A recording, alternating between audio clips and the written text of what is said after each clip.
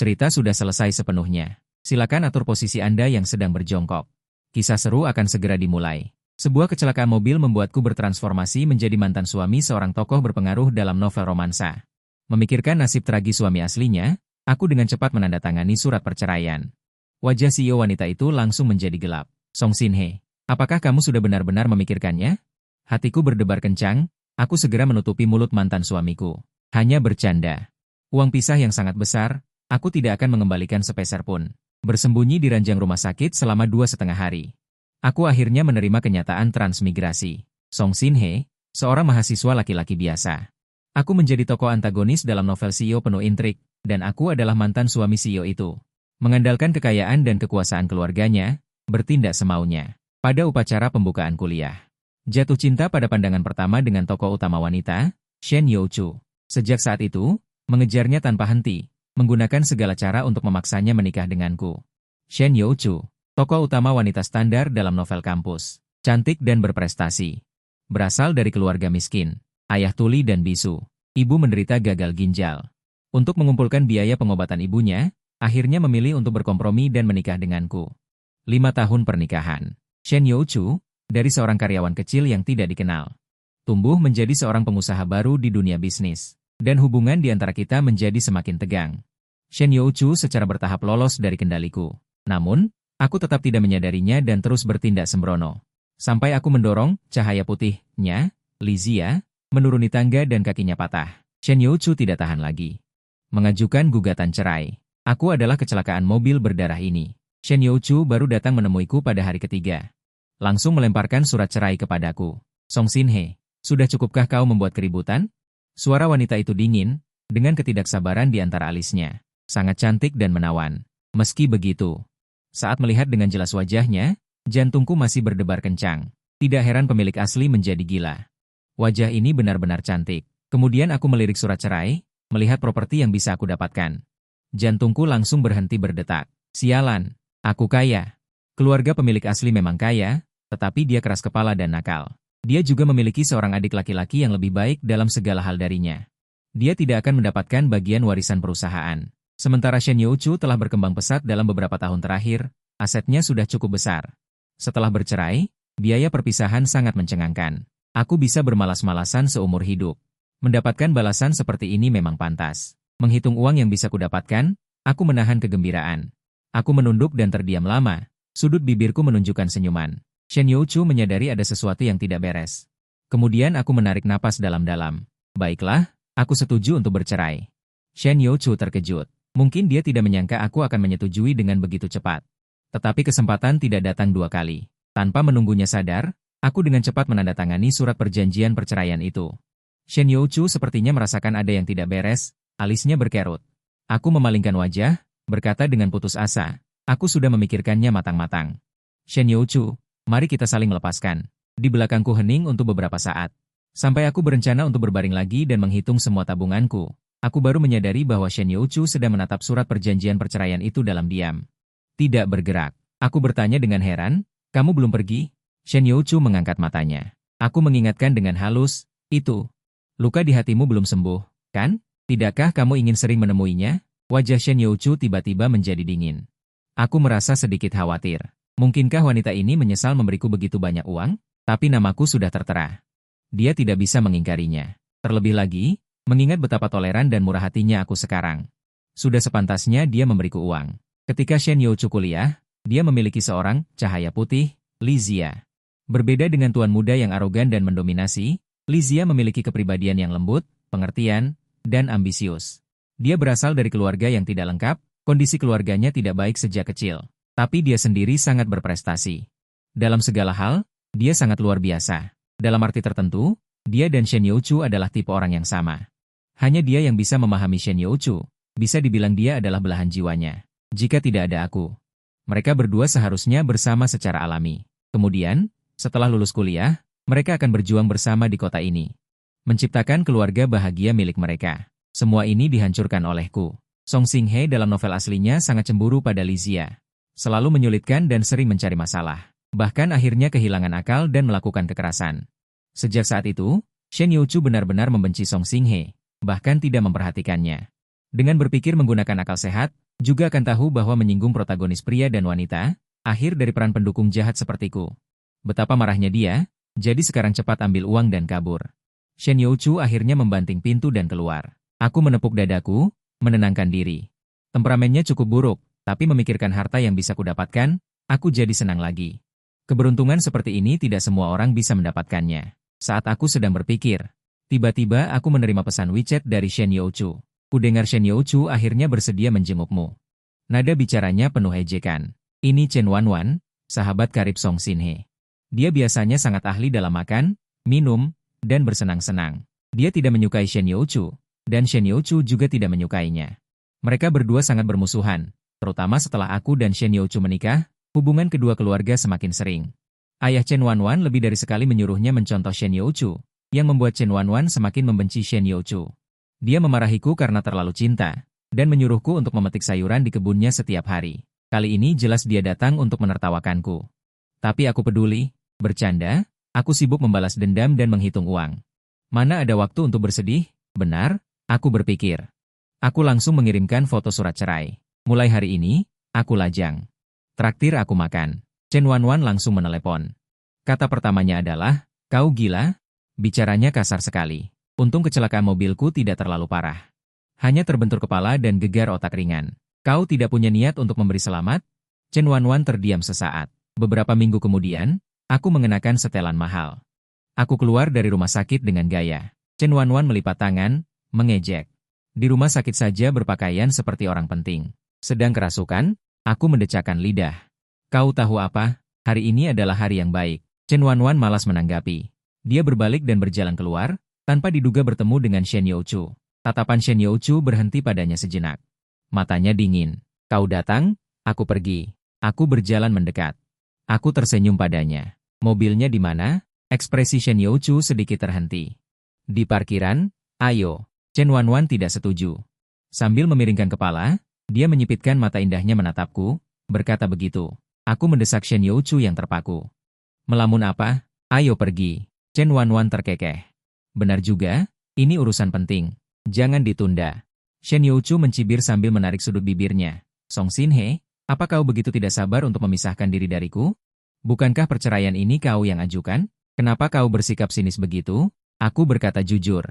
Terutama karena aku ada acara lain nanti malam. Aku hanya ingin menyelesaikannya lebih cepat, agar tidak membuang waktumu. Shen Youchu selalu sangat sibuk, bahkan jarang pulang. Aku tahu dia tidak ingin melihatku. Kebetulan aku juga tidak berniat untuk terus terlibat dengannya. Lebih baik kita kembali ke rumah masing-masing dan menjalani hidup masing-masing dengan bebas. Alangkah baiknya. Shen Youchu berbalik dengan wajah dingin. Orang di kantor catatan sipil tidak terlalu banyak. Tidak lama kemudian, giliran aku dan Shen Youchu. Saat hendak masuk, ponsel Shen Youchu tiba-tiba berdering. Dari sudut mataku, aku melihat itu Lizia. Shen Youchu berjalan ke samping untuk menjawabnya. Aku samar-samar mendengar dia berkata dengan lembut dan pelan. HM, masih di luar. Ada sedikit urusan. Dia tidak pernah berbicara dengan Song Xinhe dengan nada seperti itu. Pernikahan ini sejak awal sudah dipaksakan, selama 5 tahun penuh. Keduanya selalu berselisih, bahkan untuk makan bersama dengan baik pun sulit dilakukan, apalagi perhatian yang lembut seperti ini. Petugas itu mendesak 2 kali, jadi mau dilanjutkan atau tidak, aku menggelengkan kepala. Dalam hati aku merasa kasihan pada pemilik tubuh asli. Dia sama sekali tidak memiliki tempat di hati Shen Youchu. Shen Youchu. Aku memanggilnya dengan suara keras. Kali ini urus-urusanku dulu. Bisa? Shen Youchu ini selalu memprioritaskan Lizia. Song Xinhe sudah sering bertengkar, tapi dia tidak bergeming. Pemilik tubuh asli juga bodoh. Dia benar-benar berpikir bisa menang dari Lizia? Bukankah itu sama saja dengan mencari masalah? Shen Youchu juga begitu. Kali ini prioritaskan urusanku dulu. Bukankah itu akan membuatnya bisa segera bersama dengan kekasihnya secara terbuka dan jujur? Ekspresi Shen Youchu tiba-tiba membeku. Lalu dia berkata ke seberang telepon, suruh dokter Zhang memeriksamu dulu. Aku akan segera ke sana. 20 menit kemudian, aku memegang surat cerai yang baru saja selesai. Air mata berlinang. Sudah kudapatkan, uang pisahanku yang besar sudah kudapatkan. Mulai hari ini, mari berwisata, minum alkohol, makan dan bersenang-senang. Menjadi orang yang bahagia, aku berkata dengan tulus kepada Shen Youchu. Terima kasih, sampai jumpa. Terima kasih atas uangmu. Lagi pula, jangan pernah bertemu lagi. Aku keluar. Sekilas aku melihat Chen Wanwan. Wanita ini mengendarai Ferrari merah yang sangat mencolok. Sangat mencolok, sulit untuk tidak melihatnya. Aku melangkah maju dengan riang. Aku punya uang sekarang, aku mau berbelanja. Tiba-tiba dari belakang terdengar suara Shen Youchu. Suara yang agak tercekat, Song Xinhe. Aku buru-buru menoleh. Ada urusan lain, bibir merah Shen Youchu terkatup rapat, untuk sesaat tidak bisa membedakan emosi. Jika itu adalah pemilik asli, melihat ekspresinya yang jelas tidak beres ini, pasti akan menggali sampai ke akar-akarnya untuk bertanya dengan jelas. Tapi aku sudah terlalu malas untuk berpura-pura. Tidak ada, aku pergi. Aku mempercepat langkahku. Dengan keadaanku seperti ini, berlari kembali, menjauhi protagonis pria dan wanita adalah sumber kebahagiaan. Ketika duduk di mobil merah Shen Youchu untuk pergi, aku hanya melirik kaca spion sekali. Shen Youchu berdiri di sana, dikelilingi orang yang lalu lalang. Sunyi dan kesepian. Aduh, tanpa aku, si pembuat onar ini, mengejar. Akhirnya bebas, kan? Shen Youchu Hong melirikku. Sayang sekali. Aku sangat tertarik, para wanita muda di tokomu, simpan semuanya untukku, ya? Shen Youchu Hong sangat terdiam. Nona ini benar-benar khawatir tanpa alasan. Untungnya aku sebelumnya mengira kau sangat mencintainya. Akibatnya, setelah perceraian ini, wajahmu penuh dengan kebahagiaan, ya? Begitu jelas, aku menurunkan kaca di kursi penumpang, melihat dengan seksama.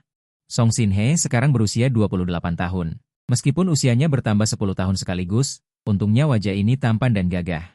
Yang paling penting adalah, aku punya uang. Aku berpikir. Memberikan sebuah penjelasan, dia tidak mencintaiku, maka aku juga tidak mau mencintainya. Di persimpangan lampu merah, Chen Wanwan menoleh dan menatapku lama sekali, sampai aku merasa seluruh tubuhku merinding.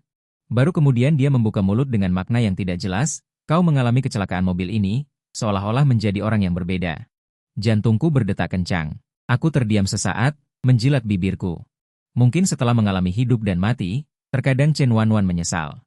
Wajahnya muram, dia bahkan belum memesan cukup. Bukan anggur yang dia maksud, melainkan para wanita cantik di bar. Maksudku para adik perempuan. Aku mengangkat gelas ke arahnya. Ayo, temani kakak minum satu. Chen Wanwan, aku menepuk bahunya. Lihatlah para adik perempuan cantik ini. Lihatlah, adik-adik, mulut kakak ini manis dan parasnya menawan. Mana yang tidak lebih baik dari mantan istriku itu? Dasar si pemilik tubuh asli itu juga. Wanita cantik di dunia ini sangat banyak. Dia punya uang dan paras. Kenapa harus bersikeras pada satu pohon itu? Manusia itu, paling takut terjebak dalam pikiran sempit. Chen Wanwan mencibir, akhirnya kamu tidak buta. Kemudian, adik perempuan yang ramping itu datang membantuku menuangkan anggur. Dengan patuh dia berkata, kakak, cobalah yang ini. Oke. Aku baru saja akan mengambilnya dengan gembira, tetapi Chen Wanwan merebutnya. Tidak boleh dicampur. Kamu baru keluar dari rumah sakit, aku tidak mau menelepon 118 lagi nanti. Sambil berkata begitu, dia melirik gadis itu, wajah gadis itu langsung memucat. Dia buru-buru menunduk dan meminta maaf. Maaf, kakak, aku tidak tahu kamu. Aku dengan murah hati melambaikan tangan, tidak apa-apa, tidak apa-apa. Kakak sedang senang hari ini. Kemudian aku tersenyum dan melirik Chen Wanwan, bercanda. Kamu ini benar-benar, hanya pejabat yang boleh membakar, rakyat jelata tidak boleh menyalakan lampu. Ya. Ketika pacar-pacar kecilmu memberimu minum, kamu minum dengan sangat gembira. Giliran aku, tidak boleh. Chen Wanwan tertawa marah, apakah ada perbandingan? Kenapa tidak ada? Aku sibuk makan, tiba-tiba, Chen Wanwan tiba-tiba bertanya lagi. Ngomong-ngomong, apakah keluargamu tahu tentang masalah ini? Aku tiba-tiba terdiam. Sial, lupa soal ini. Belum sempat aku berbicara. Chen Wanwan memasang ekspresi seolah sudah tahu segalanya, sudah kuduga kamu tidak berani bilang. Bukan tidak mau. Tapi tidak berani. Hubungan pemilik tubuh asli dengan keluarganya sebenarnya tidak terlalu baik. Orang tuanya keras kepala dan kuno. Lebih menyayangi adik laki-lakinya. Dia juga memiliki kepribadian pemberontak. Dulu, demi menikahi Shen Youchu. Juga berulang kali menyalahkannya karena pertengkaran antara dirinya dan Shen Youchu. Pokoknya, hari-hari si peran antagonis pria ini sebelumnya juga tidak terlalu baik. Tapi, toh, perceraian sudah di tangan. Aku takut apa? Hari-hari selanjutnya lebih bahagia dari yang kubayangkan. Aku menyuruh Bibi untuk mengepak semua barang Shen Youchu dan mengirimkannya. Villa ini awalnya adalah rumah pernikahan yang dibelikan orang tua pemilik asli. Untuk mereka. Tapi, Shen Youchu tidak suka menginap di sini. Mungkin setiap sudut di sini. Mengingatkannya akan penghinaan yang pernah Song Xinhe berikan padanya. Awalnya, dia lebih sering berada di perusahaan. Kemudian, ketika karirnya meroket, dia membeli apartemen di dekat perusahaan. Pemilik asli pernah ke sana sekali. Akibatnya, dia justru bertemu dengan Li Zia di sana. Sungguh canggung, coba bayangkan. Meskipun Li Zia langsung menjelaskan. Bahwa dia hanya berteduh sementara di sana karena hujan. Bagaimana mungkin Song Shin-hye tidak marah dengan wataknya itu? Saat itu, dia bertengkar hebat dengan Shen Youchu dan saling mendiamkan selama sebulan. Kemudian, Song Shin-hye yang tidak tahan mengambil inisiatif untuk mengalah dan berkompromi. Siapa suruh di matanya dan hatinya hanya ada Shen Youchu? Hai.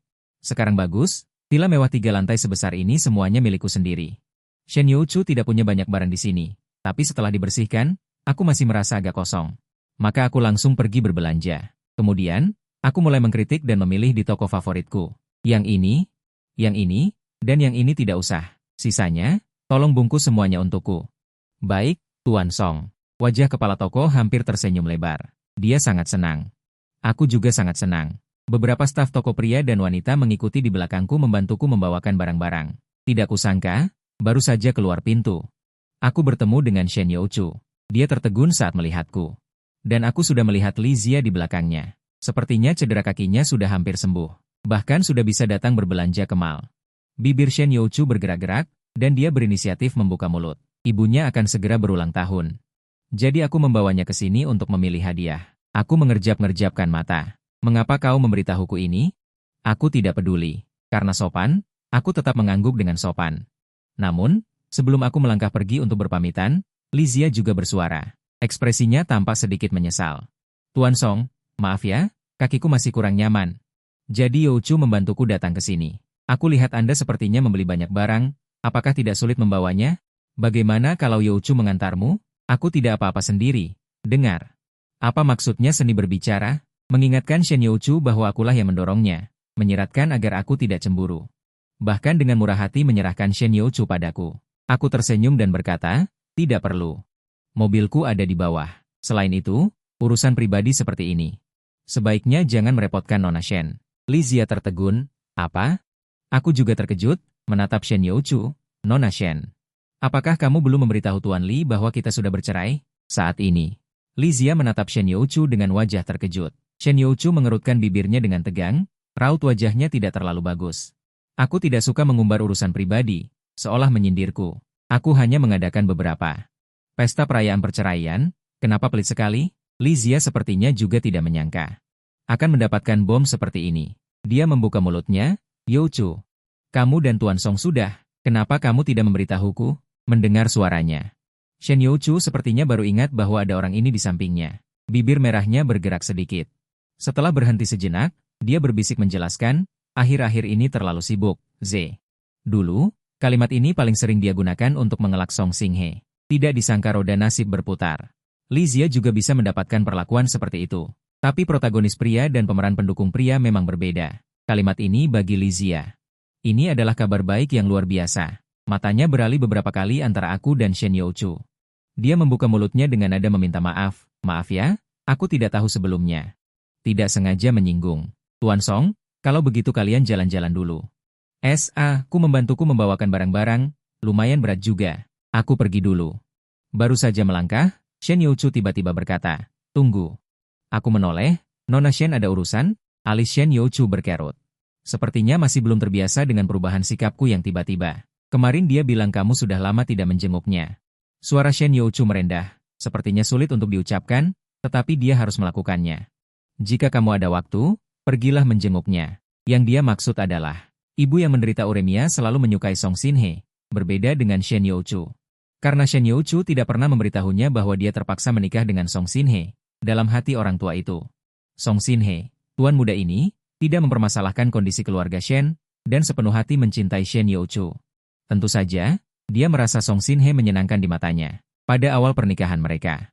Untuk menyenangkan Shen Youchu, Song Shin-hye selalu bersikeras untuk secara aktif merawat ibunya, berusaha mendapatkan simpati dari wanita tua itu. Dia tahu ini adalah kartu terakhirnya. Shen Youchu berbakti, bahkan demi ini. Dia tidak akan dengan mudah bertengkar dengannya. Tetapi ketika Song Shin-hye bergerak terhadap Li Zia, dia menginjak garis bawahnya. Song Shin-hye kehilangan kartu terakhir yang selalu dia pegang. Kupikir-pikir dan akhirnya setuju. Baiklah, kalau begitu besok saja. Bagaimanapun, orang tua itu tidak melakukan kesalahan apapun. Ekspresi Shen Youchu mengendur. Tentu saja menerima. Kalau begitu, aku akan menjemputmu besok pagi. Aku memberinya isyarat. Menggoyangkan kunci mobil. Tidak perlu, aku punya kaki dan tangan. Aku bisa pergi sendiri, tidak perlu merepotkan Nona Yu. Ekspresi Shen Youchu dan Li Zia membeku bersamaan. Keesokan paginya, aku berangkat menuju sanatorium. Sanatorium mewah ini berada di pinggiran kota, fasilitasnya lengkap, pelayanannya juga bagus. Tentu saja, harganya juga sangat mahal. Tuan Song, Anda datang. Aku melihat diriku. Menyapa dengan sopan. Ini adalah orang yang diundang oleh Shen Youchu, tahu bahwa hubunganku dengan Shen Youchu tidak baik. Bahkan terhadapku juga sangat acuh tak acuh. Ibu Shen terbaring di tempat tidur, tersiksa oleh uremia selama bertahun-tahun. Membuat tubuhnya kurus dan lemah. Tapi untungnya, dalam beberapa tahun terakhir di sanatorium, kondisinya jauh lebih baik dari sebelumnya. Pandangan Xiao Liu berhenti sejenak pada hadiah di tanganku. Mencibir, sedikit jijik, bahkan seorang perawat meremehkan caraku yang tidak menentu ini. Karena dia tahu, apapun yang kulakukan hanya akan menimbulkan kebencian Shen Youchu. Wajahnya tersenyum palsu. Apakah kamu sibuk akhir-akhir ini? Aku menghela napas dalam hati. Song Xinhe dari awal hingga akhir hanya memanfaatkannya saja. Tapi dia menganggapnya serius. Orang tua itu juga tidak melakukan kesalahan apapun. Sedikit, aku membawakanmu sup ayam. Anda coba nanti. Ibu Shen justru menggenggam tanganku dan menatapku lama, lalu bertanya dengan hati-hati. Apakah Youchu anak itu membuatmu marah lagi? Aku menggelengkan kepala. Ibu Shen menghela napas. Dia menghela napas dengan nada tak berdaya. Youchu memang keras kepala sejak kecil. Dan dia selalu memendam semuanya dalam hati. Jika dia membuatmu tidak senang, katakan pada ibu akan membelamu. Aku merasa semakin bersalah. Awalnya aku berencana memberitahunya tentang perceraian ini, tapi sekarang rasanya tercekat di tenggorokan. Tidak bisa kuucapkan sama sekali. Aku makan bersama Ibu Shen dan mengobrol dengannya sebentar. Sebelum pergi, aku ragu-ragu lama, tapi akhirnya dengan berat hati aku membuka mulut. Aku akan terus sibuk untuk beberapa waktu ke depan, mungkin tidak bisa sering menemanimu. Akan kukurangi frekuensinya dulu. Lalu cari waktu yang tepat untuk memberitahunya. Mungkin akan lebih baik. Tidak mungkin menyembunyikannya selamanya. Aku bersedia, tapi Shen Youchu tidak akan setuju. Jika aku sering datang, mungkin dia akan merasa aku masih menyimpan niat buruk padanya. Ibu Shen menepuk tanganku dan berbisik, Xinhe, kamu anak baik. Kejadian sebelumnya, Youchu memang salah, meskipun dia tidak pernah menyebutkannya padaku. Tapi aku tahu dia sangat menyalahkan diri sendiri dan menyesal. Dia sangat menyukaimu. Anak itu hilang, bagaimana mungkin dia tidak sedih? Jantungku berdebar kencang. Anak, benar, inilah yang menyebabkan Song Xinhe. Dan hubungan Shen Youchu benar-benar hancur. Ya, Song Xinhe dan Shen Youchu sebenarnya pernah memiliki seorang anak. Anak ini didapatkan Song Xinhe saat Shen Youchu mabuk karena urusan pekerjaan, dengan segala cara. Singkatnya, kehadiran anak ini tidak terlalu jujur. Tapi di mata Song Xinhe, ini adalah cara paling ampuh untuk mengikat Shen Youchu di sisinya. Setelah mengetahui kehamilan itu, Shen Youchu di satu sisi merasa bersalah terhadap cahaya putihnya. Li Zia, di sisi lain, dia tidak tega melepaskan darah dagingnya sendiri. Pada akhirnya, dia tetap memilih anak itu. Masa kecilnya berlalu. Sudah cukup berat, jadi dia tidak tega anaknya sejak lahir. Sudah memiliki keluarga yang berantakan. Saat itu, hubungannya dengan Song Xinhe sedang baik-baiknya. Dia akan patuh memakan suplemen yang dibelikan Song Xinhe untuknya. Juga akan dengan sengaja mencari berbagai macam panduan mengasuh anak. Dia benar-benar menginginkannya. Jadi, dia benar-benar putus dengannya setelah keguguran. Kalau dipikir-pikir, ini juga agak aneh. Setelah Shen Youchu hamil, Song Xinhe merasakan perubahan sikapnya menjadi lebih baik, dan semakin menjadi-jadi. Dia ingin setiap saat membuatnya berada di sisinya. Setiap kali Shen Youchu menolak, dia akan menggunakan anak sebagai tameng. Dengan alasan membina hubungan orang tua anak, membuat Shen Youchu tidak punya pilihan selain mengalah. Setelah berkali-kali, Shen Youchu menjadi sedikit tidak sabar. Suatu kali, Shen Youchu harus melakukan perjalanan bisnis. Di antara orang-orang yang pergi bersamanya ada Li Zia. Song Xinhe tidak setuju sama sekali, dan memintanya untuk mengganti orang lain. Untuk fokus pada kehamilan di rumah, Shen Youchu merasa dia mencampuri kebebasannya. Curiga dan mendominasi. Mereka berdua bertengkar hebat. Song Xinhe berkata, "Bisakah kamu bersikap normal? Jangan berpikir semua orang sama bejatnya denganmu, oke?" Setelah mengucapkan kalimat ini, Shen Youchu membanting pintu dan pergi. Akibatnya, malam itu, Song Xinhe menerima kabar bahwa Shen Youchu mengalami keguguran karena marah dan melukai kandungannya. Bisa dibayangkan, setelah kejadian ini, hubungan mereka berdua langsung hancur. Keributan besar terjadi. Jika sebelumnya Shen Youchu merasa jijik pada Song Xinhe, maka setelah itu, dia membencinya. Dia tidak pernah menginjakkan kaki lagi di rumahnya. Ini adalah jerami terakhir yang mematahkan punggung unta. Ini membuktikan bahwa pemilik asli mencari mati. Jika dia kejam, dia benar-benar tidak mengampuni dirinya sendiri. Aku terdiam beberapa saat, dan berkata, semua itu sudah berlalu. Song Shin-hye yang dulu sudah mati. Hal-hal ini berakhir di sini. Setelah keluar dari panti jompo, aku merasa sedikit sedih, tidak tahu untuk Shen Youchu atau untuk Song Shin-hye yang dulu.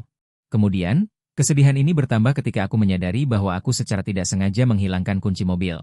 Mencapai puncak, aku dengan putus asa menelepon Chen Wanwan, jemput aku. Biasanya, Chen Wanwan merasa tidak masuk akal, apa aku supirmu? Harus selalu siap saat kau ingin pindah rumah, bukannya aku tidak membayar, kataku. Chen Wanwan berkata, panti rehabilitasi ini cukup terpencil, sulit untuk naik taksi. Kemudian Chen Wanwan datang dengan pasrah. Ketika tiba di rumah, hari sudah gelap. Yang lebih penting, hujan deras turun, melihat tirai hujan yang besar di luar. Dengan murah hati, aku menampung Chen Wanwan dan memberinya kamar tamu di lantai 2 untuk tidur. Tanpa diduga, keesokan paginya, seseorang mengetuk pintu dengan panik, tolong. Berteriak pagi-pagi begini, kataku sambil setengah tidur, dengan mata sayu membuka pintu. Siapa? Kenapa kau datang? Yang berdiri di luar pintu ternyata adalah Shen Youchu.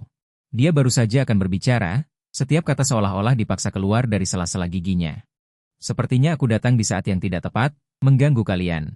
Aku memutar mata. Kau juga tahu kau mengganggu mimpi orang? Lagi pula, kenapa kau memasang wajah seperti itu? Ini rumahku, oke? Kau hanya mantan istri, hak apa kau untuk marah? Memasang ekspresi seperti orang yang diselingkuhi, untuk siapa kau tunjukkan? Kau sudah lama menyelingkuhi aku sudah terbiasa, kataku sambil menoleh ke Chen Wanwan. Tidak ada apa-apa, tidurlah kembali. Chen Wanwan ini punya penyakit putri. Bagaimanapun juga, dia terjebak hujan karena aku tidak bisa tidak memberinya tidur yang nyenyak. Bukan, Chen Wanwan tampak jauh lebih sadar ketika melihat Shen Youchu. Dengan senyum malas, ada tamu, akan terlalu kasar jika aku kembali tidur. Asing dan kau juga, kenapa tidak mengajak orang masuk dan duduk? Lihat, sudah kubilang, wanita ini akan gila jika kurang tidur. Aku malas memperhatikannya. Aku menatap Shen Youchu lagi, tidak berniat membiarkannya masuk, baru saja membersihkan barang-barangnya. Aku tidak ingin rumah ini kotor lagi, merepotkan bibi untuk membersihkannya lagi. Pagi-pagi begini. Nona Shen datang karena ada urusan, tanyaku. Wajah Shen Youchu tampak sedikit membiru.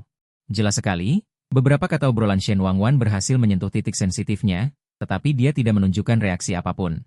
Jika dulu, dia bisa langsung menyuruh Shen Wanwan pergi dengan statusnya sebagai nyonya rumah. Tapi sekarang, dia bahkan tidak lebih baik dari Shen Wanwan, bahkan tidak bisa memasuki pintu ini. Namun, wanita seperti ini sangat sabar, Shen Youchu juga tidak terkecuali. Dia menarik napas dalam-dalam. Tidak melihat Shen Wanwan lagi, dia mengeluarkan kunci dari sakunya dan menyerahkannya. Kemarin kamu meninggalkannya di tempat ibu.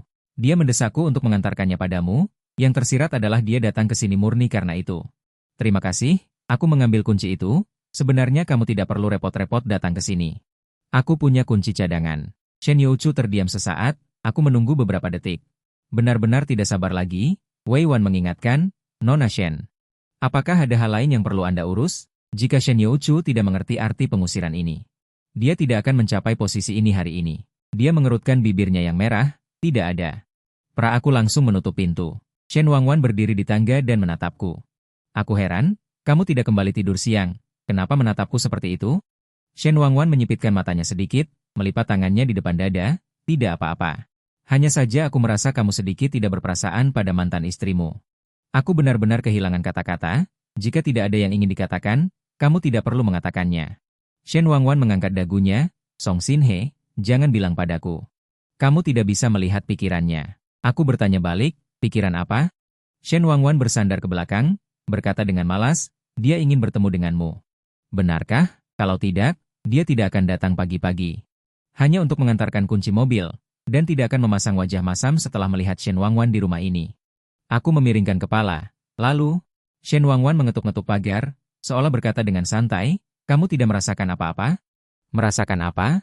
Dia mengingat, aku harus buru-buru mengejarnya. Aku merasa sedikit lucu, ada. Shen Wanwan menoleh. Sorot matanya sedikit bergerak, sepertinya berkali-kali hancur. Aku mengangkat bahuku dengan ciut. Kurasa perceraian ini benar. Seharusnya aku tahu siapa dia sejak awal. Seharusnya aku menyerah padanya lebih cepat, sia-sia membuang waktuku begitu lama. Shen Wanwan sepertinya juga tidak menyangka. Aku akan mengatakan ini. Setelah menatapku beberapa saat, dia tiba-tiba memiringkan kepalanya dan tersenyum. Baiklah, Song Shin-hye, akhirnya kau berguna sekali ini. Aku sangat terinspirasi. Aku tidak bisa menahan diri untuk membalas pujian. Tidak, tidak, masih jauh dibandingkan denganmu. Kaulah yang benar-benar berpengalaman dengan banyak wanita. Ini hanyalah sandiwara bagimu. Kau belum bertemu belahan jiwamu. Bukankah begitu di novel? Putri dominan selalu bertemu. Cinta sejati yang ditakdirkan akan membayar kembali semua hutang cinta masa lalu. Shen Wanwan menatapku tanpa berkata-kata. Aku tahu kalimat berikutnya tidak bisa dibicarakan denganmu. Si bodoh, jadi dia kembali tidur. Aku tidur sampai sore. Aku terbangun karena suara keras. Saat bangun, aku menemukan di ponselku banyak panggilan tak terjawab dan pesan WeChat, semuanya dari orang tua pemilik asli tubuh ini. Setelah melihat-lihat sebentar, aku tahu mengapa mereka tiba-tiba menghubungiku. Mereka tahu tentang perceraianku dengan Shen Youchu. Kau bercerai dengan Shen Youchu? Apa yang sebenarnya kau pikirkan? Sudah berapa kali ku bilang. Perusahaan Shen Youchu sekarang sedang berkembang pesat. Kita dan mereka juga sedang membicarakan kerjasama. Apa yang kau lakukan pada kami? Umurmu sudah berapa?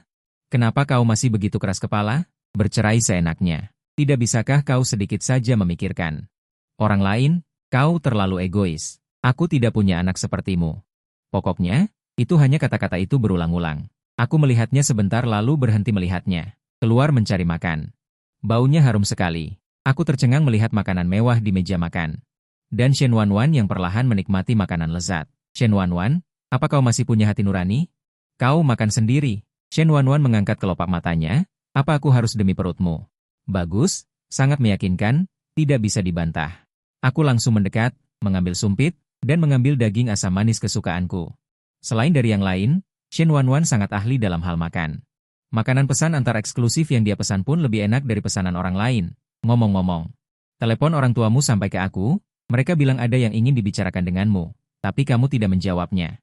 Shen Wanwan tiba-tiba berkata, aku menambahkan lagi iga bakar, aku tahu. Sumpit Shen Wanwan berhenti sejenak, pandangannya menyapu ponselku. Maukah aku menghindar dulu? Aku tidak punya apa-apa, tidak perlu. Mereka bilang mereka. Lagi pula, nasi sudah menjadi bubur, mereka juga tidak bisa berbuat apa-apa padaku. Saat sedang berbicara, telepon berdering lagi. Aku mengangkatnya, belum sempat bicara.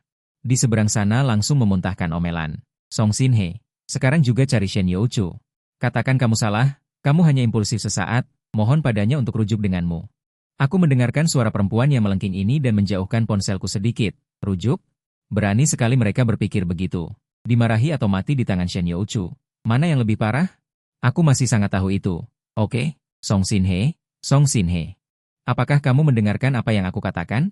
Akhirnya aku menyempatkan diri menjawab, mendengarkan. Tapi masalah ini agak sulit, lagi pula aku tidak bisa melakukannya. Di seberang sana semakin marah. Song Xin-he, apakah ini sikapmu terhadap orang tua?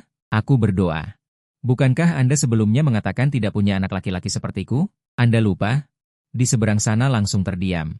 Dia sepertinya masih ingin memarahi, tapi aku sudah malas mendengarkan. Lagi pula, apa yang ingin kukatakan sudah sangat jelas. Aku masih sibuk, lain kali saja kita bicara. Setelah selesai berbicara, aku menutup telepon dan langsung memblokirnya. Shen Wanwan yang menyaksikan serangkaian operasi yang lancar itu, dia langsung meletakkan sumpitnya. Dia menatapku dari atas ke bawah, dari kiri ke kanan untuk waktu yang lama. Baru kemudian berteriak, hebat juga kamu, Song Xin-he. Tidak hanya mencampakkan mantan, tapi bahkan berani melawan orang tuamu. Mulutku masih mengunyah daging. Menanggapi dengan tidak jelas, di mana ada tekanan, di situ ada perlawanan. Shen Wanwan tertawa mengejek. Tubuhnya sedikit condong ke depan, satu tangan menopang pipi, bibir merahnya sedikit terangkat. Kalau begitu, mungkin suatu hari giliranku. Aku mengacungkan jempol, memuji kesadaran dirinya. Aku tidak terkejut dengan reaksinya. Dia tumbuh bersama dengan pemilik tubuh ini dan sangat jelas dengan temperamen dan kepribadian Song Xin-he yang asli. Saat ini, hal-hal yang kulakukan, menurutnya, mungkin bisa diringkas dalam satu kalimat. Aku sudah gila, tetapi omong-omong, siapapun yang menghadapi hal-hal buruk ini, siapapun pasti akan gila. Aku hanya pemeran pendukung pria, dan tidak memiliki aura protagonis pria.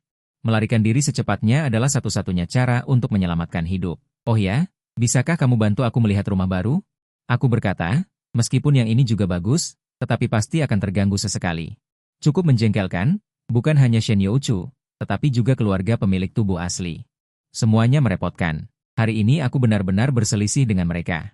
Siapa tahu apakah mereka akan datang mencari masalah, aku tidak tertarik meladeni mereka. Balas Shen Wanwan.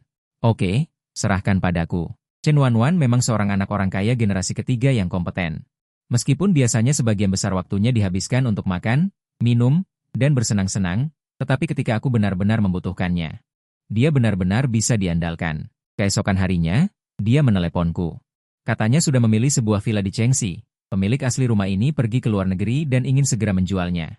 Rumah ini baru saja direnovasi, belum pernah ditinggali, lumayan buat kamu. Aku sangat puas dengan efisiensinya. Hari itu juga aku mengajak Chen Wanwan untuk menandatangani kontrak dengan pemilik rumah, dan membalik namanya secepat mungkin. Kemudian berbalik dan memasang papan nama di rumah yang sebelumnya. Aku memanggil perusahaan pindahan, sekelompok pekerja terus sibuk naik turun tangga.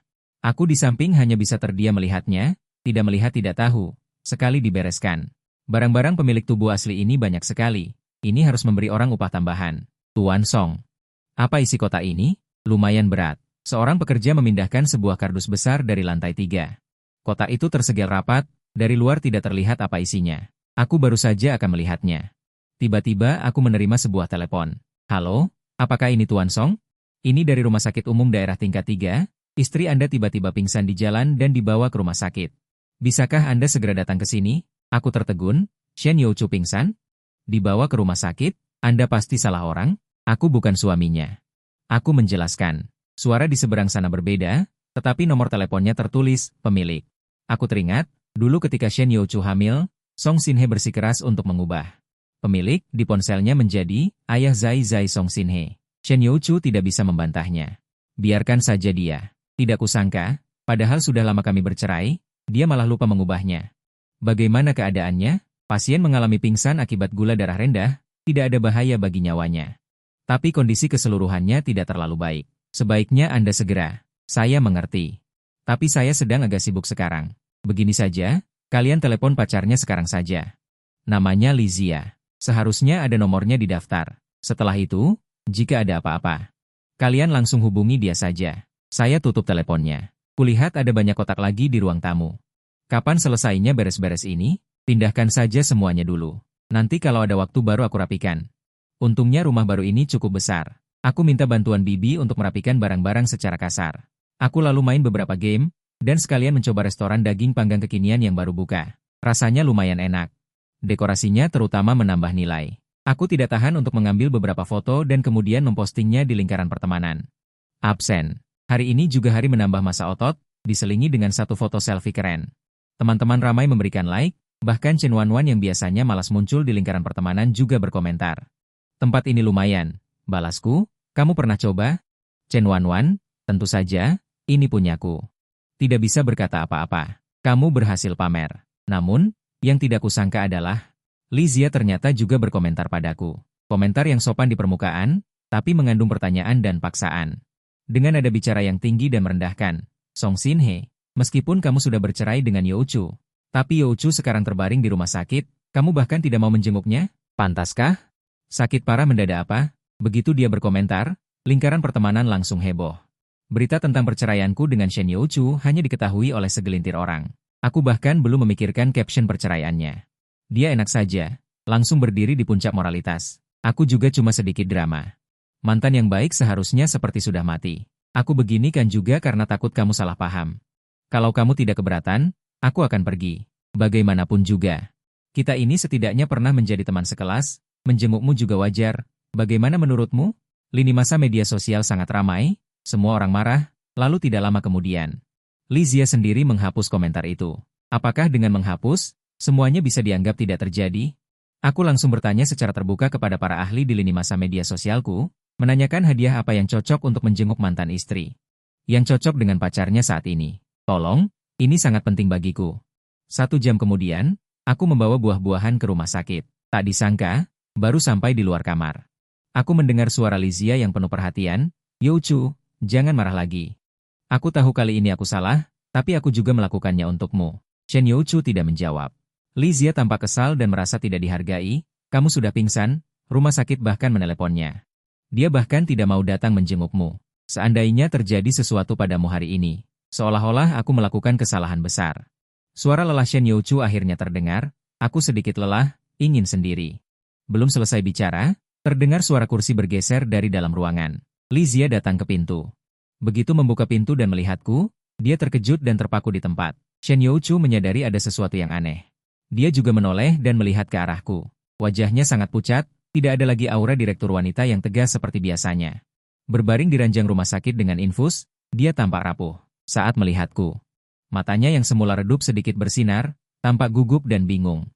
"Shin-hye, kenapa kamu datang?" Aku melewati Lizia dan masuk ke dalam. Aku hanya takut orang-orang akan mengkritikku karena setelah bercerai. Aku tidak peduli apakah mantan istriku hidup atau mati. Bagaimanapun, kita teman sekelas, tidak perlu terlalu tegang. "Benar kan, Shen Youchu?" Wajah cantik Shen Youchu memucat, bibirnya menegang. Dia pasti melihat pertengkaran antara aku dan Lizia di lini masa media sosial. Sebagai orang yang sombong seperti dirinya, bagaimana dia bisa mentolerir dirinya dipermalukan di depan umum seperti ini? Ini benar-benar memalukan. Kebenciannya padaku mungkin bertambah lagi. Memikirkan hal ini membuatku kesal. "Baiklah, aku sudah datang sekarang. Jika tidak ada apa-apa lagi, aku duluan ya, Song Shin-hye," kata Shen Youchu sambil tersenyum tipis.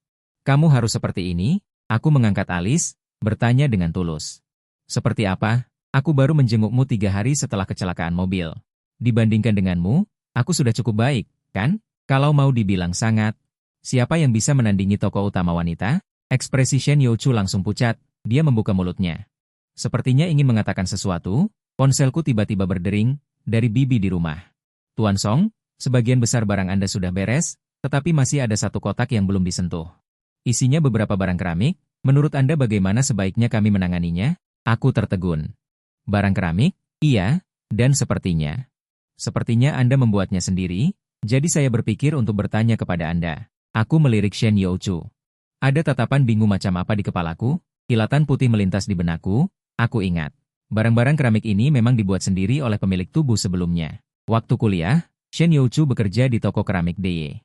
Saat itu, Song Shin-hye sering pergi ke sana untuk mengejarnya, bisa tinggal di sana sepanjang sore. Dia tidak punya bakat, juga tidak punya kesabaran, hanya memikirkan Shen Youchu. Sehingga setiap kali dia membuat dirinya kotor, akhirnya membawa pulang hasil karya yang jeleknya tak tertahankan. Dia sangat menikmati, sama sekali tidak merasa malu. Kemudian, Shen Youchu tidak tahan lagi. Song Shin-hye segera memanfaatkan kesempatan itu, "Kalau begitu, ajari aku secara langsung." Shen Youchu tentu saja tidak mau, tetapi Song Shin-hye royal. Dia adalah pelanggan VIP di toko itu. Dia tidak bisa menyinggungnya. Sampai kemudian Shen Youchu mengundurkan diri, Song Shin-hye baru berhenti. Satu kotak karya seni itu dikumpulkan seperti itu. Bukan barang penting. "Buang saja semuanya," kataku dengan acuh tak acuh. "Tunggu." Shen Youchu tiba-tiba berbicara, "Kamu pindah rumah?" Harus diakui, wanita ini kadang-kadang masih punya akal. Aku mengangguk, "Iya." "Shen Youchu, kamu pindah kemana? Kenapa tiba-tiba sekali?" Aku tidak bisa menahan tawa. "Nona Shen, Xiao Shen, berapa kali lagi aku harus mengingatkanmu? Kami sudah bercerai. Apa yang kulakukan? Di mana aku tinggal? Tidak ada hubungannya lagi denganmu." Shen Youchu tiba-tiba tercekat, seolah mendengar sesuatu yang tidak bisa diterima. Matanya tampak memerah. Setelah beberapa saat, dia akhirnya mengalah dan berbisik pelan, "Barang-barang itu. Kalau kamu tidak mau, biar aku suruh orang mengambilnya." Aku menatapnya dengan aneh. "Itu memang barang-barangku. Aku mau ya aku ambil, mau buang ya aku buang." Entah kenapa kata-kata ini menyentuh titik sakit Shen Youchu. Secercah cahaya terakhir di matanya langsung menghilang, seperti nyala api lemah yang tertiup angin, akhirnya padam. Lizia khawatir dan berjalan cepat mendekat. "Youchu, kamu kenapa?" Shen Youchu sedikit memalingkan kepala, menghindari tangannya. Lizia membeku di tempat. Sangat canggung. Tapi aku sama sekali tidak tertarik dengan drama ini, berbalik dan hendak pergi. Tak disangka, begitu keluar pintu, seorang dokter langsung menghentikanku. "Kamu?" Aku mendongak dan melihat seorang dokter wanita berusia 40-an sedang menatapku. "Kenapa datang ke sini?" Tidak enak badan, aku agak bingung. Kemudian aku melihat lencana di dadanya, kepala Departemen Kebidanan. Sebuah tebakan muncul di benakku. Satu-satunya hal yang membuat Song Shin-hye berinteraksi dengan dokter ini adalah anak itu sebelumnya. "Terima kasih atas perhatian Anda, tapi saya tidak apa-apa. Hari ini saya datang untuk menjenguk seorang teman." Aku menjawab dengan samar. Dia tampak lega. "Syukurlah. Tapi usia kalian berdua sudah cukup. Lain kali kalau ada anak lagi, jangan dibuang." Aku langsung terpana. Dua kalimat pendek ini mengandung informasi yang sangat besar. "Anak, bukankah Shen Youchu mengalami keguguran?" Kenapa dokter ini berkata begitu? Benar, malam itu, ketika Song Shin-hye tiba di rumah sakit, Shen Youchu sudah didorong keluar dari ruang operasi. Lizia menjaganya di sisi tempat tidur. Youchu, apa yang kamu lakukan? Saat aku sedang linglung, seruan kaget Li Zia tiba-tiba terdengar dari belakang. Aku menoleh. Begitu melihat, Shen Youchu mencabut sendiri jarum infus, mendorong Li Zia menjauh, dan bergegas mendekat. Dia langsung menghampiriku, menghalangi dokter itu, dengan ketegangan yang belum pernah terjadi sebelumnya. Dokter, ini urusan antara suami dan istri kami, tidak ada hubungannya dengan Anda. Aku merasa seluruh tubuhku menjadi dingin. Dengan kaku aku memutar leherku, menatap Shen Youchu. Untuk pertama kalinya aku merasa wajah cantik ini. Begitu asing. Shen Youchu, apa maksudnya ini? Alis dokter perlahan berkerut. Apakah kamu tidak tahu? Istrimu bilang kalian berdua sedang berjuang dalam karir karena aku. Untuk sementara tidak ingin punya anak, jadi memilih untuk melakukan aborsi. Kamu sama sekali tidak tahu? Aku tidak ingat bagaimana aku pulang, karena seluruh diriku terguncang oleh berita yang tiba-tiba ini. Aku duduk di ruang kerja untuk waktu yang lama, aku menutup mata. Bagaimana mungkin? Dalam buku jelas tertulis bahwa karena Song Xinhe cemburu dan bertengkar hebat dengan Shen Youchu, baru menyebabkan dia keguguran. Bagaimana bisa? Tidak tahu kenapa. Memikirkan hal ini, entah di bagian mana dari tubuhku, sepertinya ikut merasakan sakit. Sepertinya aku juga bisa benar-benar merasakan keputusasaan dan penderitaan itu. Ini membuatku semakin tidak nyaman. Aku menggelengkan kepala, mencoba menyingkirkan emosi ini. Ruang kerja baru saja dirapikan oleh Bibi. Aku menggeledah, mencari kotak yang khusus digunakan untuk menyimpan barang-barang kuliah. Akhirnya di bagian bawah aku menemukan buku kenangan dari masa kuliah, soal keguguran. Tapi novelnya menyimpang. Lalu mungkinkah ada perbedaan di tempat lain? Aku membuka halaman pertama, itu foto latihan militer. Matahari terik. Seorang pria yang mengenakan seragam latihan militer berwarna hijau tersenyum cerah. Di podium di belakangnya berdiri sosok yang ramping dan kurus. Meskipun agak jauh, orang yang jeli tetap bisa melihat sekilas. Itu adalah Shen Youchu saat kuliah. Di bawahnya ada beberapa baris kata-kata kecil. Hari pertama latihan militer, ada seorang gadis pingsan di dekatku.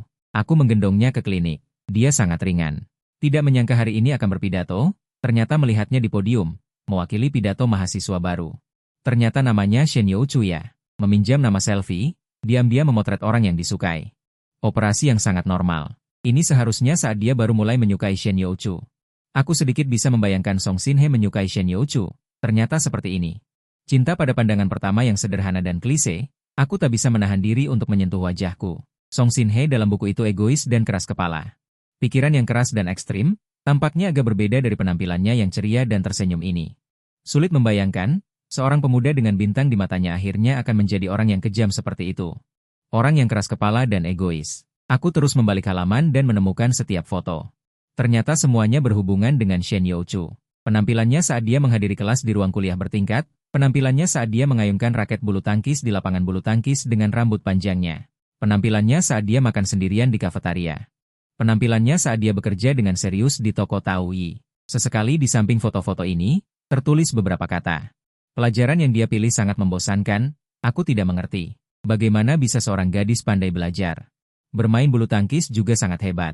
Dia sepertinya selalu makan sendirian, dan setiap kali dia mengambil makanan termurah di kafetaria. Apakah dia makan cukup? Dia sepertinya selalu sibuk, bahkan tidak punya waktu untuk berbicara denganku. Ini sebenarnya buku kenangan Song Xinhe yang diam-diam mencintai Shen Youchu. Selama 4 tahun kuliah, dia mengambil banyak fotonya. Setiap gambar, setiap kata, sama sekali berbeda dari Song Xinhe di buku. Dia sepertinya menyukai seseorang, tapi orang itu bukan aku. Apa yang harus aku lakukan? Haruskah aku menyerah saja? Besok adalah upacara wisuda. Haruskah aku mengaku padanya?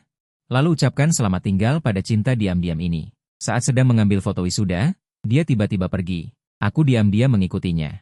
Baru tahu ternyata kondisi ibunya memburuk dan membutuhkan banyak uang. Apa yang harus dia lakukan? Halaman ini seharusnya berisi foto wisuda, tetapi malah kosong karena Song Xinhe juga melewatkan foto wisudanya sendiri. Tanganku sedikit gemetar. Entah mengapa, aku merasa buku ini sangat berat. Terasa berat sehingga aku sulit untuk terus membaliknya. Sepertinya jika aku terus melihat, sesuatu yang tak terkendali akan terjadi. Dadaku seperti tertekan oleh batu, aku tidak bisa menarik napas, aku tidak bisa menghembuskan napas. Aku tidak tahu kekuatan apa yang mendorongku. Itu adalah foto identitas, foto di surat nikah. Wajah Song Xinhe masih tersenyum, tetapi terlihat lebih jujur dan tertutup daripada awalnya, dengan sudut mulut sedikit terangkat. Tubuhnya sedikit condong ke arah Shen Youchu di sebelahnya. Sementara ekspresi Shen Youchu tenang dan tidak sesuai dengan latar belakang merah yang meriah ini. Baru saat itulah aku ingat, mereka berdua sepertinya tidak memiliki foto pernikahan. Setelah 1 tahun berjuang berulang kali. Shen Youchu akhirnya memilih untuk menikah dengan Song Xinhe. Dia tidak menikahi orang yang paling dicintainya, jadi tentu saja dia tidak tertarik dengan hal-hal duniawi ini. Ditambah lagi, ibunya juga berada di rumah sakit saat itu, jadi mereka berdua tidak mengadakan pernikahan, atau mengambil foto pernikahan. Hanya mendaftarkan pernikahan secara sederhana, itu sudah dianggap menikah. Kupikir malam ini. Akhirnya bersama Shen Youchu pada hari ini, Song Xinhe akan menulis banyak sekali kata-kata, tapi kenyataannya. Justru di malam ini, tidak ada satu kata pun. Aku menatap foto itu untuk waktu yang lama. Hatiku terasa sesak tanpa alasan, cinta diam-diam selama 5 tahun, menikah selama 5 tahun. Mereka hanya memiliki satu foto bersama ini. Aku menekan semua pikiran di hatiku, dan terus membalik halaman. Namun ternyata tidak ada foto Shen Youchu, hanya tersisa beberapa catatan sesekali. Dia sepertinya sangat sibuk akhir-akhir ini. Perusahaan baru saja dimulai, dia harus bertanggung jawab atas semuanya secara pribadi, sungguh melelahkan. Aku membuatkan iga asam manis kesukaannya, tapi dia pulang dari jamuan makan dengan bau alkohol, dan langsung tidur setelah berbaring di tempat tidur. Dia membeli apartemen di dekat perusahaan, katanya agar lebih mudah untuk pergi dan pulang kerja, tapi kenapa pria itu juga ada di sana? Aku tahu aku tidak sebanding dengan posisinya di hatinya, tapi aku masih ingin memiliki seorang anak. Anak kita bersama, apakah aku sudah tidak tertolong lagi? Hari ini aku pergi ke sanatorium lagi. Kebetulan bertemu dengan Chen Youwan, menemaninya mengantar kakeknya pulang dari rumah sakit. Dia bilang aku tidak punya otak. Wanita seperti Shen Youchu, cara seperti ini sama sekali tidak berguna baginya. Aku langsung berbalik dan pergi. Karena aku juga tahu, apa yang dia katakan itu benar, aku awalnya sudah ingin menyerah. Tapi dia kembali di malam hari. Entah karena jamuan makannya tidak berjalan lancar, dia minum begitu banyak hingga mabuk. Aku tetap tidak bisa menahan diri untuk menciumnya. Dia membalas ciumanku untuk pertama kalinya. Di antaranya ada kekosongan. Hingga suatu malam, dia sepertinya hamil. Aku terus melihat ke belakang. Memang selama 2 bulan itu, hubungan Song Xinhe dan Shen Youchu adalah yang terbaik. Meskipun dia tahu, perubahan Shen Youchu seperti ini, hanya karena anak itu. Tapi dia tidak punya harapan lain. Sejak bertahun-tahun yang lalu, dia seperti itu. Jatuh cinta pada orang ini tanpa bisa menahan diri. Dia pernah berpikir, ini adalah cahaya dalam hidupnya. Dia ingin segala kepalsuan yang tampak indah ini darinya, akhirnya tetap ditusuk tanpa ampun. Malam terakhir, adalah surat persetujuan operasi aborsi yang telah disobek. Di sudut kanan bawah terdapat tanda tangan Shen Youchu, seperti petir yang menyambar tiba-tiba. Rasa sakit menusuk datang, seluruh tubuhku mati rasa, sedingin es. Gambar-gambar yang tak terhitung jumlahnya membanjiri pikiranku, dengan liar dan dahsyat, seolah ingin menelanku. Aku seperti ikan yang tenggelam sebelum hujan deras, ingin muncul ke permukaan untuk bernapas, tetapi malah diseret oleh gelombang yang lebih besar. Tidak bisa bernapas, tidak bisa bergerak, aku akhirnya ingat. Aku tidak bertransmigrasi ke dalam buku, aku adalah Song Xinhe. Tiba-tiba, dering ponsel berbunyi. Dering itu terdengar memekakan telinga di ruang kerja yang tertutup rapat. Aku tersadar, ternyata Chen Wanwan yang menelepon. Aku menjawab panggilan itu, belum sempat berbicara, Chen Wanwan langsung bertanya. Kau pergi ke rumah sakit untuk menjenguk Shen Youchu hari ini? Pesawatnya berangkat sore, seharusnya dia tidak tahu tentang situasiku. Meskipun aku membuat komentar seperti itu di lingkaran pertemanan, tapi sepertinya dia tidak seharusnya tahu sedetail ini, bahkan waktunya pun jelas. Ya, aku tidak menyangkalnya. Bagaimana kau tahu? Dia terdiam sejenak. Shen Youchu meneleponku, menanyakan beberapa hal yang berhubungan denganmu. Begitu? Aku mengangguk. Itu adalah nada bicaraku yang datar. Chen Wanwan sepertinya juga menyadari. Sudah selarut ini, kau belum tidur? Dia melembutkan nadanya, mengganti topik pembicaraan. Aku baru saja akan berbicara. Ketika aku mendengar bel pintu berbunyi, yang datang ternyata adalah Shen Youchu. Aku menutup telepon Chen Wanwan. Aku turun dan membuka pintu, tetapi tidak membiarkannya masuk. Di luar, hari sudah benar-benar gelap. Lampu jalan menyorotkan warna abu-abu kehijauan di belakangnya, membuat wajahnya tampak setengah terang dan setengah gelap. Ada apa? Aku bertanya. Wajahnya pucat. Aku ingin meminta maaf padamu. Dari saat aku meninggalkan rumah sakit sampai sekarang, sudah 3 jam berlalu. Baru terpikir untuk mengatakan ini, tidak perlu, ucapku pelan. Semuanya sudah berlalu. Sudah terlalu larut untuk permintaan maaf ini. Aku sudah tidak membutuhkannya lagi. Wajah Shen Youchu semakin pucat. Asing dan dengarkan penjelasanku. Aku bisa menjelaskannya. Hari itu, aku benar-benar hanya impulsif sesaat. Baru-baru. Jadi, itu impulsif sesaat? Atau sudah direncanakan sejak lama? Aku bertanya balik, mengandung anakku. Pasti sangat menyakitkan bagimu, Shen Youchu. Sebentar. Baru kemudian dia memejamkan mata, kata demi kata, awalnya aku benar-benar tidak menginginkan anak ini. Tapi kemudian, Bayi itu tumbuh hari demi hari. Aku benar-benar. Saat itu aku hanya linglung sesaat, aku juga menyesal. Aku hanya ingin mengatakan. Aku sudah tidak ingin menyesal lagi. Bahuku bergetar dan aku tidak bisa berkata apa-apa, kakiku sedikit menekuk. Membuatku berpikir bahwa karena aku, kau mengalami keguguran. Aku pasti menyesal tidak seharusnya.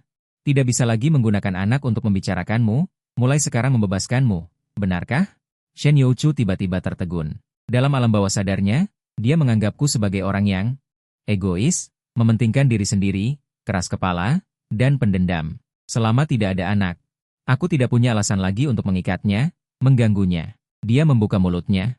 Sepertinya setiap kata sulit untuk diucapkan, tapi ini urusan kita berdua, hari itu. Kenapa tiba-tiba kau menyerang Zia? Dia orang yang aku sukai selama 10 tahun. Dan sampai saat ini, yang ada di pikirannya masih pria lain. Aku tertawa. Tidak ada alasan. Aku hanya tidak tahan melihatnya. Dia pantas mendapatkannya. Namun, anak itu sudah tidak ada. Kita juga sudah bercerai. Shen Youchu, akhirnya kau bisa bersamanya, hidup bersama selamanya. Seharusnya kau senang, bukan? Shen Youchu seperti tiba-tiba menerima semacam rangsangan, maju dan meraih pergelangan tanganku. Aku tidak mencintainya. Aku tidak mencintainya, Asing He, jangan bicara padaku dengan nada seperti itu. Aku mengerutkan kening. Aku baru saja hendak mendorongnya menjauh ketika tiba-tiba terdengar suara tawa kecil dari belakang. Aku hendak mendorongnya menjauh ketika tiba-tiba terdengar suara tawa kecil dari belakang. Sepertinya aku datang di waktu yang tidak tepat. Dia menyingkirkan rambut di telinganya, ujung alisnya menunjukkan rasa dingin. Shen Youchu, bukankah sudah kubilang, kau harus menceraikannya? Kalau begitu, jangan ganggu dia lagi. Shen Youchu menggigit bibirnya, menatapnya dengan pandangan penuh dengan permusuhan juga. Kapan urusan antara aku dan Xing He menjadi urusanmu orang luar? Chen Wanwan mengangkat alisnya sedikit dan berjalan mendekat dengan sepatu hak tinggi. Dia berdiri di sampingku dan menggandeng lenganku. Jantungku berdegup kencang. Dia menoleh, senyumnya menawan namun polos. Kenapa? Ingin kembali padaku? Pikiranku sedikit kacau, aku menggaruk kepala. Tidak ada rencana seperti itu. Justru kamu, kenapa tiba-tiba kembali? Dia mengangkat dagunya. Tidak kembali, membiarkannya melecah kamu di sini? Shen Youchu menatap tajam Chen Wanwan yang mencengkeram tanganku. Matanya tampak berkaca-kaca. Chen Wanwan, jangan membuat dirimu terdengar begitu hebat. Niat buruk apa yang kau sembunyikan? Kau sendiri yang tahu dengan jelas. Chen Wanwan malah tertawa. Dia menoleh. Senyumnya berseri-seri. Karena Direktur Shen sangat jeli, tolong Direktur Shen jelaskan. Niat apa sebenarnya yang aku sembunyikan? Shen Youchu tidak mau bicara lagi. Bibirnya terkatup rapat. Chen Wanwan mencibir. Kenapa? Direktur Shen tidak mau bicara? Kalau begitu biar aku yang bicara. Aku hanya menunggu dan berharap kalian bercerai, supaya aku bisa mengejarnya.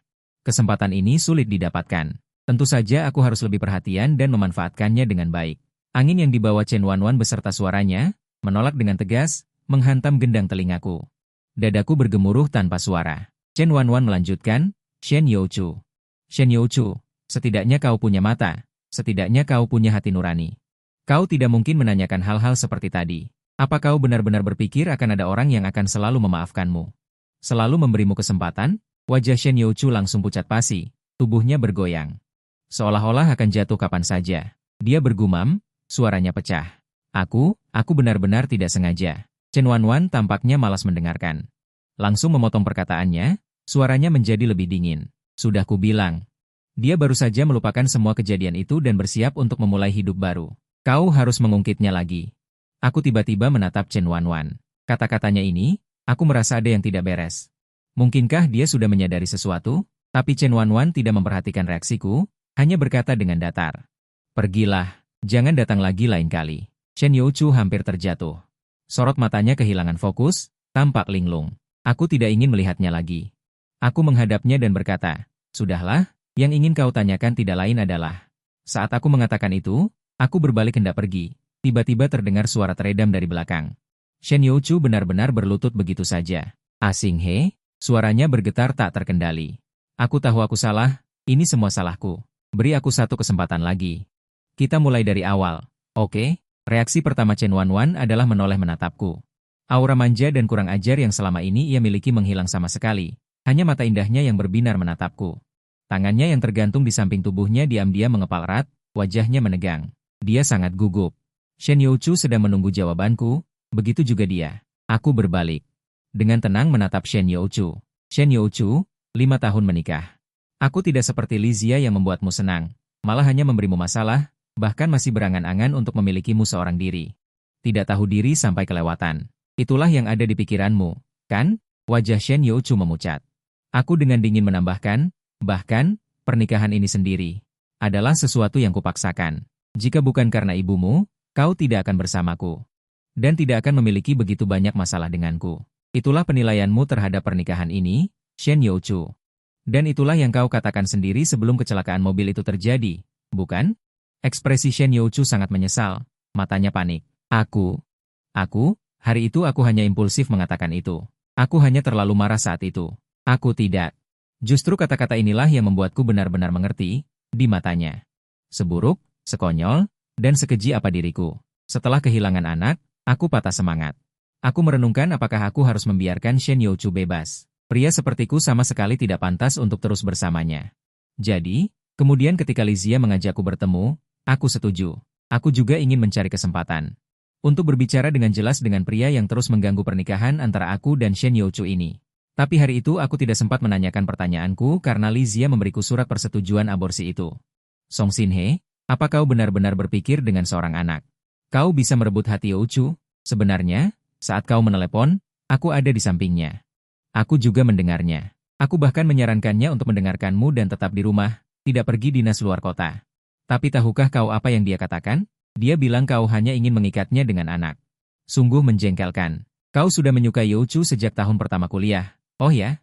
Sepertinya karena dia pingsan saat latihan militer, kau mengantarnya ke klinik. Menolong orang lain itu baik. Tapi tidak sampai membuatnya membalas budi dengan seluruh dirinya. Kan? Benar tidak? Song Xinhe, jangan bodoh. Kau selalu begini. Youchu sangat kesal. Bahkan dengan anakmu, dia merasa jijik. Aku tidak menyangka Lizia akan sengaja jatuh dari tangga, juga tidak menyangka Shen Youchu akan muncul tepat pada saat itu. Dia dengan keras kepala mendengarkan penjelasanku dan terus meneteskan air mata di sisi Lizia. Dia sangat gugup dan khawatir. Dari awal hingga akhir, dia tidak pernah melihatku. Kemudian, aku akhirnya menunggu sampai dia punya waktu luang. Aku ingin pergi menanyainya tentang anak itu, tetapi dibungkam oleh kata-katanya. Song Xinhe, sampai kapan kau akan membuat keributan? Apa kau tahu? Kau membuatku jijik dari ujung kepala sampai ujung kaki. Hari itu, aku berjalan tanpa tujuan di jalanan. Pikiranku penuh dengan kata-kata jijik dan tuduhannya padaku. Apakah aku egois?